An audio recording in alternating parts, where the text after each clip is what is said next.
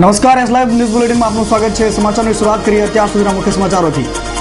આખરે રાજાનો જામીન પર છુટકારો, આજથી રાજ્યસભામાં નવો સિલસિલો। રેખા જયા સામસામે, કાપડના વેપારીઓને વહારે કોંગ્રેસ, ખાખીનો ખોફ નહીં, રાષ્ટ્ર સેવાનો રોફ લાવે મોદીનું પોલીસના જવાનોને આહવાન। સાબરમતીના પાણીનો પ્રવાહ કરે ઓછો, દલિતોની દાસ્તાન સાંભળતા કેજી બાલાકૃષ્ણન। ગુજરાતમાં સ્ટીલ ઉદ્યોગ મૃતપ્રાય। સમાચાર જોઈએ વિસ્તૃતમાં।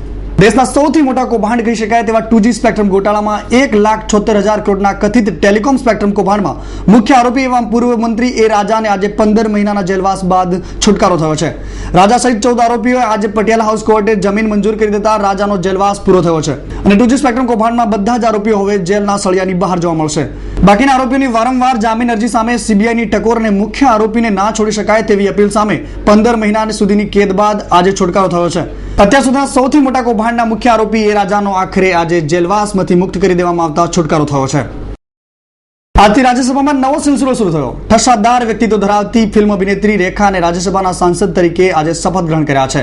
જાજરમાન રેખાને રાજ્યસભાની 99 નંબરની સીટ ફાળવવામાં આવી છે। રેખાએ અંગ્રેજી ભાષામાં રેખા ગણેશન તરીકે શપથ લીધા। હવે રાજ્યસભામાં રેખા અને જયા આમને સામને જોવા મળશે। રેખાના શપથ ગ્રહણને લઈને સોશિયલ નેટવર્કિંગ સાઇટ પર સિલસિલા પાર્ટ 2 નો પ્લોટ તૈયાર થઈ ચૂક્યો છે અને તેવી ટિપ્પણીઓ પણ વહેતી થઈ ચૂકી છે।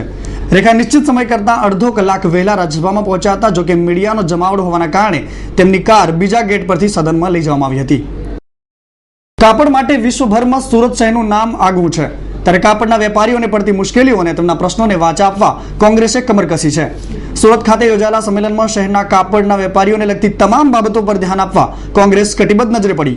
આ કાર્યક્રમમાં કોંગ્રેસ સાંસદો અને મોવડી મંડળ ઉપસ્થિત રહ્યું હતું, જેમાં ગુજરાત કોંગ્રેસ પ્રદેશ પ્રમુખ અર્જુન મોઢવાડિયા, ભૂતપૂર્વ મુખ્યમંત્રી શંકરસિંહ વાઘેલા અને કેન્દ્રીય મંત્રી ભરતસિંહ સોલંકી, તુષાર ચૌધરી સહિતના નેતાઓ ઉપસ્થિત રહ્યા હતા। જેમાં તુષાર ચૌધરીએ ભાજપ પર નિશાન સાધતા જણાવ્યું હતું કે સોના ચાંદી પરના એક્સાઇઝ ડ્યુટીને હટાવવામાં ગુજરાતી સાંસદ અહેમદ પટેલનો સિંહ ફાળો છે, પરંતુ તેમનો જસ ભાજપના સાંસદો ચાખવા જાય છે અને કાપડના વેપારીઓને પણ રાજકીય રોટલો શેકતા નેતાઓથી દૂર રહેવા અપીલ કરી હતી। આ કાર્યક્રમમાં મોટા પાયે વેપારીઓની હાજરી આ કાર્યક્રમને સફળ બનાવ્યો હતો। ગાંધીનગરની કરાઈ પોલીસ એકેડેમીમાં સોમવારે 61 ડીવાયએસપી સહિત 387 પોલીસ કર્મીઓના પાસિંગ આઉટ પરેડ યોજાઈ। સહાયક પોલીસ સબ ઇન્સ્પેક્ટર 137, હથિયાર પોલીસ સબ ઇન્સ્પેક્ટર 40 જેટલા અને 30 જેટલા ઇન્ટેલિજન્સ ઓફિસરોનો દીક્ષાંત સમારોહ યોજી મુખ્યમંત્રીએ પ્રેરક પ્રવચન કરી જવાનોને પોતાની તાકાત દેશ સેવામાં લગાવવા માટે આહવાન કર્યું હતું। કે ગયા 25 વર્ષથી હિન્દુસ્તાનમાં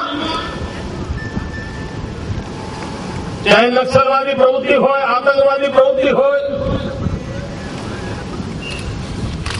न कल्पने की कोई भयंकर घटनाओं घटती हो तो चोरे ने चौटे जानकार के सुरक्षा क्षेत्र में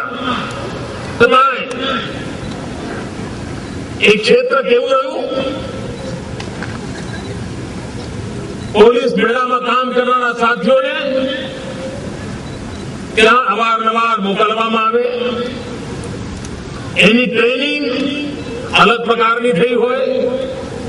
6 કરોડ ગુજરાતીઓના ભાગ્યને બદલવા માટે કૃત સંકલ્પ છે અને કૃત સંકલ્પમાં અંદર આ નવજવાનો જે આજે જોડાઈ રહ્યા છે એને સુરક્ષાનો અહેસાસ આપશે, નવી પ્રાણ શક્તિ પૂરશે અને આ નવી પ્રાણ શક્તિ ગુજરાતની આવતીકાલે વધારે તેજોમય બનાવશે એવો પૂરા વિશ્વાસ સાથે સાચા અર્થમાં જય જય ગરવી ગુજરાતનો નાદ ચરિતાર્થ કરવામાં આપણે બધા સફળ થઈશું। ફરી એકવાર આ સૌ જવાનીઓને અંતઃકરણપૂર્વક શુભકામનાઓ, એમના પરિવારજનોને શુભકામનાઓ અને એમના જીવનમાં ઉત્તરોત્તર પ્રગતિ થાય એવી શુભકામનાઓ સાથે વિરમું છું। ભારત માતા કી જય, જય જય ગરવી ગુજરાત। વધુમાં તેમણે જણાવ્યું હતું કે 10% અસામાજિક તત્વોને શોધી કાઢવા માટે 90% નિર્દોષ નાગરિકોને પરેશાન ન થવું પડે તેનું પણ ખાસ ધ્યાન રાખવું જોઈએ। મેગા સિટીની મધ્યમાંથી પસાર થતી સાબરમતી નદીના નીર અચાનક જ ઓછા કરી દેવાયા છે। ધોમ ધકતા તાપમાં શહેરની સુંદરતામાં અભિવૃદ્ધિ કરતી આ નદીને અચાનક જ પાણી વિહોણી કરવા પાછળનું કારણ શું હોઈ શકે? પરંતુ એક વાત ચોક્કસથી ઉડીને આંખે વળગી રહી છે, તે છે રોજબરોજની બનતી આત્મહત્યાના બનાવો અને તેનાથી તંત્રએ આ પગલું ભર્યું હોઈ શકે, પરંતુ શહેરની મધ્યમાંથી પસાર થતી આ નદી પરના ઓવરબ્રિજના જાળીઓ ન લગાવી શકનાર તંત્ર આ લૂલા બચાવ માટેનું આ પગલું નજરે પડી રહ્યું છે। કારણ કોઈ પણ હોઈ શકે, પરંતુ અત્યારે તો સાબરમતીના રળિયામણા નીર ઓછા થઈ ગયા છે। સુપ્રીમ કોર્ટના ભૂતપૂર્વ મુખ્ય ન્યાયાધીશ અને માનવ અધિકાર પંચના અધ્યક્ષ જસ્ટિસ કેજી બાલાકૃષ્ણન સોમવારથી ગુજરાતના મહેમાન બન્યા છે। ગુજરાતમાં દલિતોને પડતી મુશ્કેલીઓ અને શેડ્યુલ કાસ્ટના લોકો પર થયેલા અત્યાચારોની ફરિયાદો સાંભળી હતી। અમદાવાદની મહાત્મા ગાંધી લેબર ઇન્સ્ટિટ્યૂટમાં મોટા પાયે જાહેર સુનાવણી રાખવામાં આવી હતી। हमारी मुख्य मांग ये है कि आज हिंदुस्तान दुनिया एक विकास के चरम सीमा पर जा रही है, लेकिन समाज का एक ऐसा वर्ग जो दलित वर्ग में से आता है, जिसको कहते हैं गटर सफाई वर्कर्स, जो आए दिन मर रहा है। अनह्यूमैनिक वर्क उसके साथ कराया जा रहा है। Gujarat high court, supreme court दे रहे, गुजरात स्टेट का GR, ये सब ने बाउंड किया है गटर में किसी वर्कर्स को उतरने का नहीं, क्योंकि अनह्यूमैनिक प्रैक्टिस है।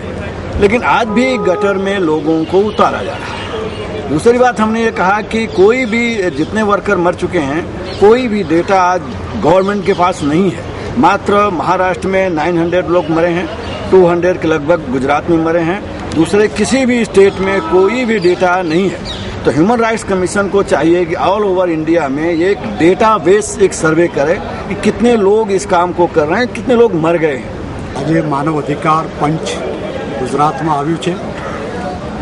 છેલ્લા વર્ષોમાં જે રીતે એટ્રોસિટીના જે કેસ બન્યા છે દલિતો ઉપર અત્યાચારના, આ કેસોની રજૂઆત અમે કરી છે। સાથે સાથે ગુજરાતમાં દલિત સમાજને થતો અન્યાય ભારતીય જનતા પાર્ટીના શાસનમાં એની પણ અમે રજૂઆત કરી। એટલે ગુજરાતમાં જે અત્યાચારના કેસો બને છે દલિતો પરના, એમાં સરકાર કોઈ પણ જાતનું ધ્યાન આપતી નથી।